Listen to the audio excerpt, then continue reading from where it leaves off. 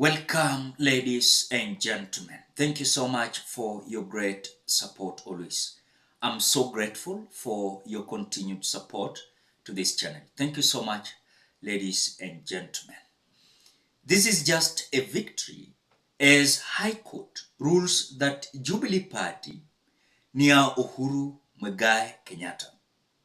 Justice Janet Mulwa also nullified the Kanini Sabina led NEC that purported to remove Honorable Jeremiah Kioni, Honorable David Murathe, and Treasurer Mr. Kagwe Gichohi as Sabina Chege and Kanini KEGA left stranded. Remember earlier on, there was this fight in between the Jeremiah Kioni's Uhuru Kenyatta's camp and Kanini KEGA and Sabina Chege team. They wanted to take Jubilee Party from Uhuru Kenyatta. You saw it very clear even when Sabina Chege was declared the party leader, removing Uhuru Kenyatta. And Kanini KEGA was to take over the Secretary General role of Jubilee Party. As we speak, the court has nullified the leadership of Kanini KEGA and Sabina Chege, saying it is null and void. And so going forward, Uhuru Kenyatta is going to be now the party leader of Jubilee Party. Jeremiah Kioni is going to be the Secretary General of Jubilee Party. Then David Murathe is going to be the chairperson of Jubilee Party. Then Treasurer is going to be Mr. Kagwe Gichohi, as Jeremiah Kioni is telling us. But before we watch Jeremiah Kioni, just do me a favor, ensure you like the video. When you like the video, you automatically support the work that I'm doing in this channel, because sometimes you watch the video and you forget liking the video. So this is just a reminder. As you watch the video, ensure you like the video. Thank you so much. Let us listen to Jeremiah Kioni. Sisi kama wana Jubilee leo ni furaha kubwa kwa sababu tumekuwa kotini kwa zaidi ya miaka miwili, na tumekuwa kotini ambayo tulikuwa sisi wenyewe tu tukasosana kidogo, wengine wakaenda kotini na ikakuwa mambo ya kutufunga kwa miaka miwili. Lakini leo tunafurahi kwa sababu koti tena imetoa huo uamuzi na kuhakikisha kwamba chama kiendelee mbele kikiongozwa na party leader Uhuru Muigai Kenyatta, as Secretary General Jeremiah Kioni, Vice Chairman David Murathe na Treasurer mzee anaitwa Gichohi. Kwa hivyo hayo ndio mambo ambayo tunafurahia leo, na tunasema kwamba tunawapokea wote, hata wale walikuwa wametupeleka kotini, kwa mikono miwili. Wale ambao pia walikuwa wameenda kwa miema mingine kila bahali, kujeni tujenge chama pamoja na tuchangie maendeleo ya Kenya pamoja. And thank you so much. We also want to thank the courts for the judgment that they have laid out, a very elaborate judgment. And we thank them for the way they have continued to issue judgments from the High Court. God bless you all. God bless Kenya. God bless Jubilee Party. Remember, things are getting hot. It is getting hotter and hotter every day. Sabina Chege is among those individuals who came out with strategies of kicking out Uhuru Kenyatta, David Murathe, and Jeremiah Kioni. But again, what was their intention of kicking them out? They were told that the only criteria to destroy Uhuru Kenyatta by them and Raila Odinga was to take over the Jubilee Party. And so the interest was just not to lead the Jubilee Party, was to destroy Jubilee Party in totality. But now, I watched Sabina Chege at Spice FM during an interview there 2 weeks ago, where Sabina Chege complained about the leadership of William Samuel Ruto. In other words, Sabina Chege is having his own way of politics, and seems like she has distanced herself from the Kenya Kwanza government, and even so terrified to defend the government of the day. And remember, Sabina Chege said that William Ruto is not a good person, and that's why he's advisor to himself. He's doing everything, he's doing totally everything you know. So Sabina Chege, to destroy William Ruto, is showing an idea of someone who is so stranded and regretting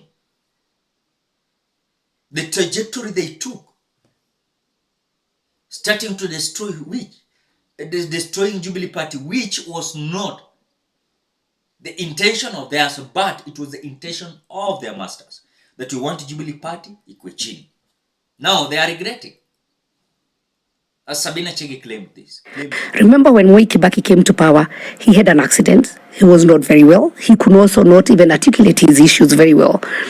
And I don't even remember anywhere that Moi Kibaki at his term, even within the mountain, associated himself with the mountain or even came and stood. And there was a narrative that was said that once he went home to his home in Udaya and women came dancing, he told them, wachani kuregarega, and then mukafanya kazi. He never even entertained women to come and sing for him and everything else. He drove from Nairobi straight to his home in Udaya without stopping anywhere. But work was being done because Pahe was built. He had Professor, I think, Nico and Johi. There were a few other people who were kitchen cabinet who made things, and Akina Mudaura, who made things move. Not necessarily President Kibaki, but with his blessings. And I think with our current president, he seemed to be doing everything. He seemed to be the person making decisions. He seemed to be the person going to the ground to launch. He seemed to be the person convincing people he needs a team. And he's the kitchen. He's in the kitchen, he's cooking, he's serving, he's also washing, he's also advising himself. He needs people who can, work for him.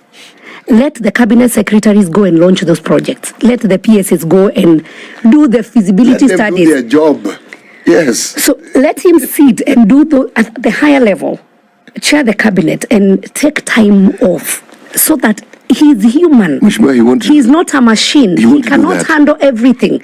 And at one point he'll break down and he'll make decisions that are not good decisions because he'll work under pressure. What makes you think those decisions are not being made even now? Sorry? What makes you think those bad decisions are not being made even now? Well, I'm not, I don't know, I am not saying they are not being made. But the whole issue is, and my advice to the president is get a team that also have the touch on the ground. Because if today I walk in Muranga or I go to the market, people will talk to me and they'll tell me this is what is happening. But there are people who have no feel, who have no contact, but they have this theory and they have studied, and so they will work on things like theoretically. But in reality, some of those things will not work. And I would also say this to the president, especially the person who drafted for you the finance bill, that is your enemy. That is an enemy of Kenyan, and that is a person who wanted you out of power. That is actually a person who wanted you to lose.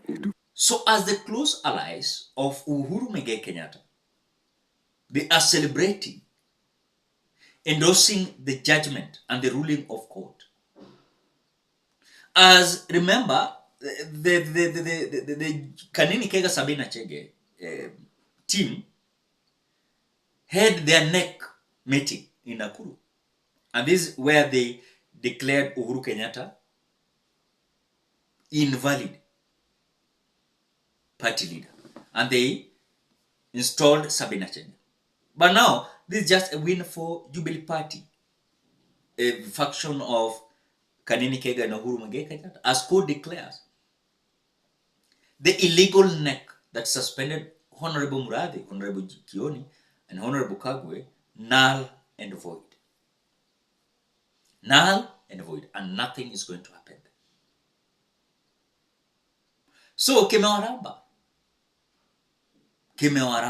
na kitaumana bado, because they were told the trajectory you're directing your head to is not going to succeed. They were told, but they never realized it. So I'm sympathizing, by the way, with the Kina Eden Kainan, Akina Kituny, Akina Kanini KEGA, Akina Sabina Chege, who definitely declared UHURU KENYATTA as an incompetent leader of Jubilee Party.